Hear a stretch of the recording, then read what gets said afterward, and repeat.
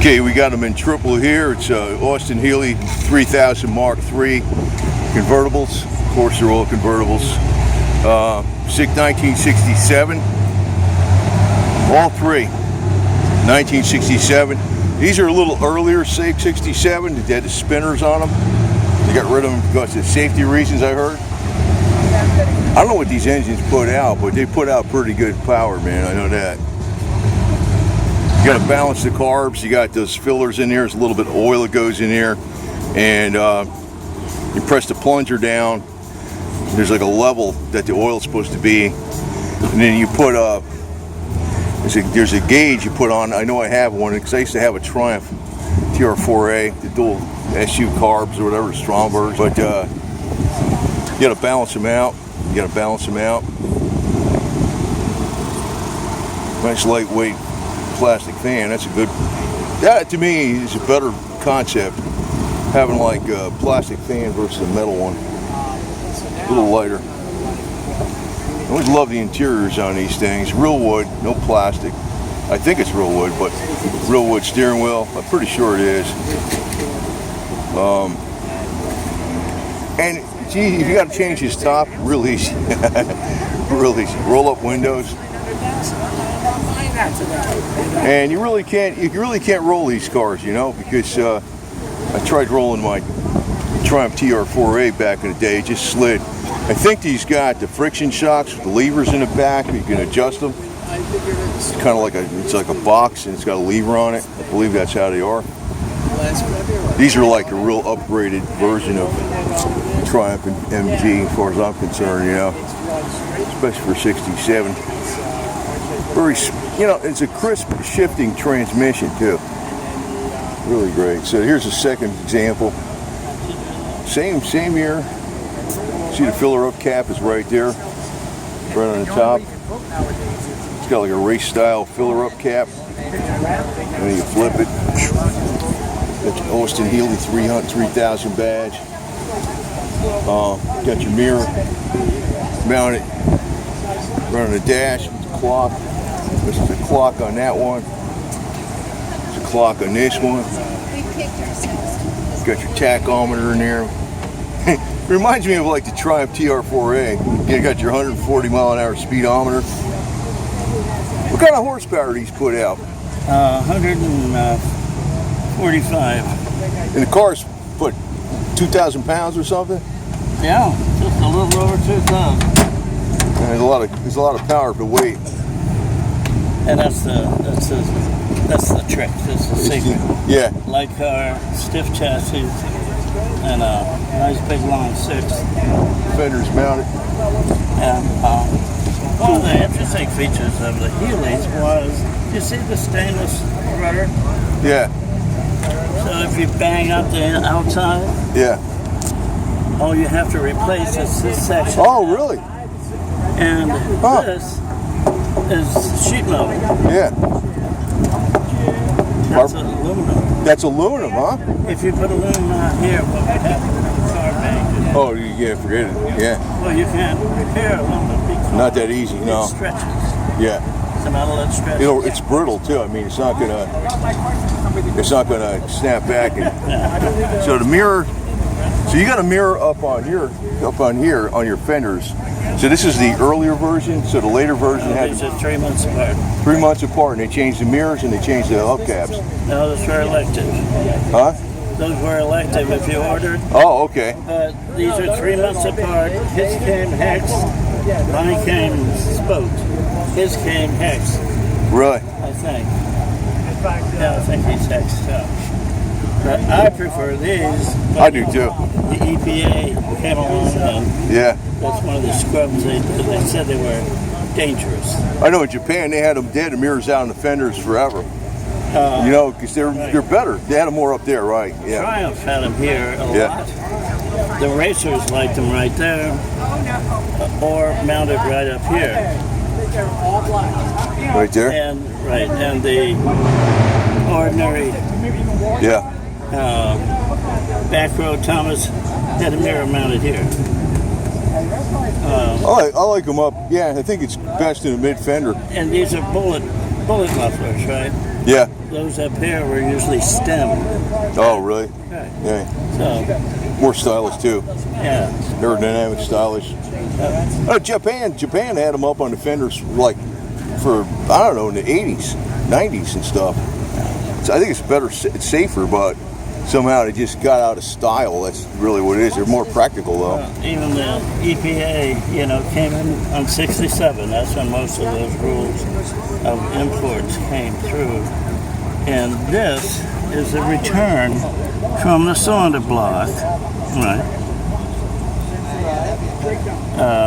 A port into the valve cover, and then you see where it runs into the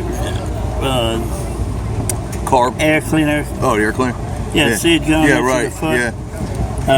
So that's to vacuum. Right. It's The like a little, beep. little Yeah, engine breathing, engine crankcase breathing. Yes. So are those SUs or Strombergs? Or SU. SUs.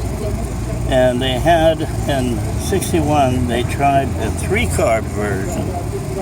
But to synchronize and keep 3 carburetors Oh, synchronized showed that it was not worth it.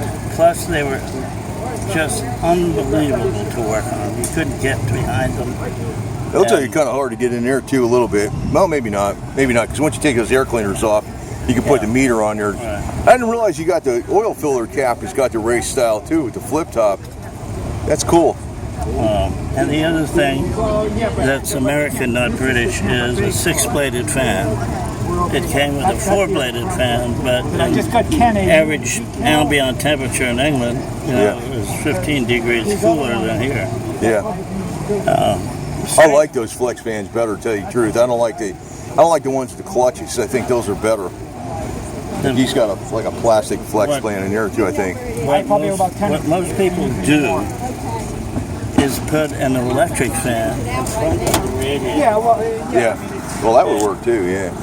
Well, it'll work, but the problem is it takes juice and it makes noise.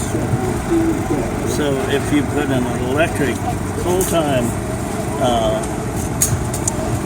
fan in front of the radiator, you have to go to an alternator. Oh, If you don't need that, then you can stay. you got a generator. with the Okay, he's got an alternator. You got a generator. So the alternator's aftermarket on his. That's not 67. That's not 67. That's this is. That's right. He added that. Okay.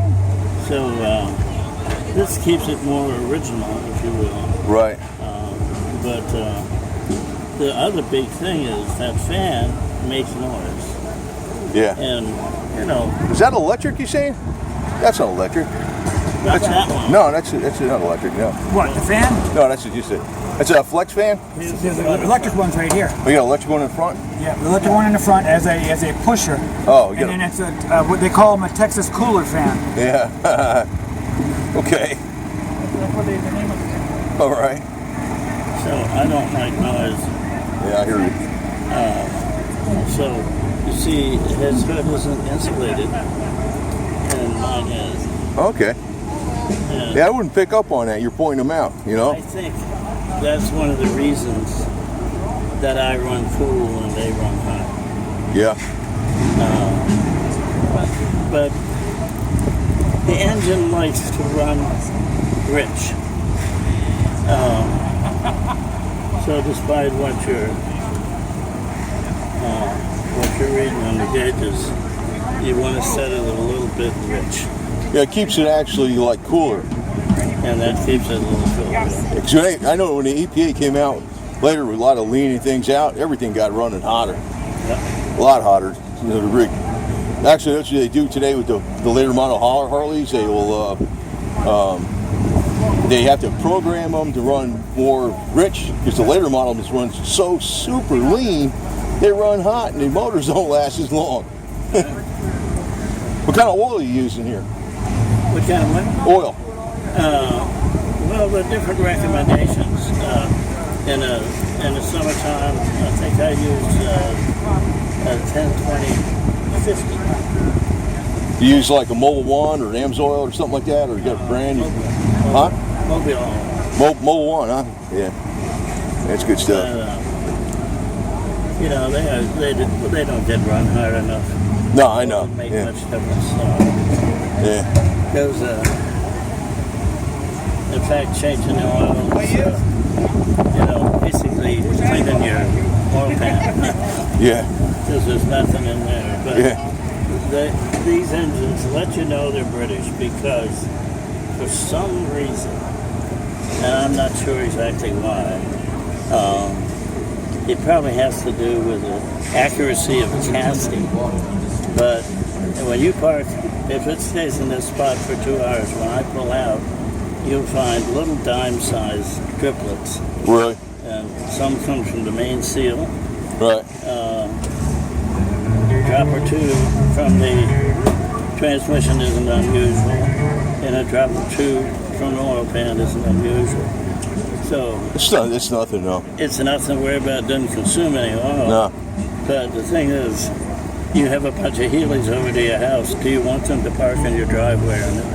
Yeah. And if they're there all evening, I'll say park in the Ain't gonna matter in my driveway because I got oil stain all over the place. It's like, but yeah, oil looks like a little bit of oil. It spreads out real far. It looks like it's a lot more when it sits there a while. Usually it could just be a tiny amount, and it gets to make this big spot, and it's like it's really nothing. So But awesome.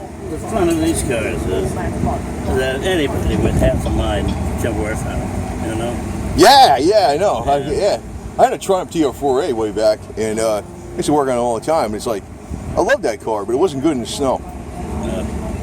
Wasn't good in the snow. I had a TR3 in fact, I had it 2 weeks and drove across the country on it with everything I owned stuffed in it. Yeah.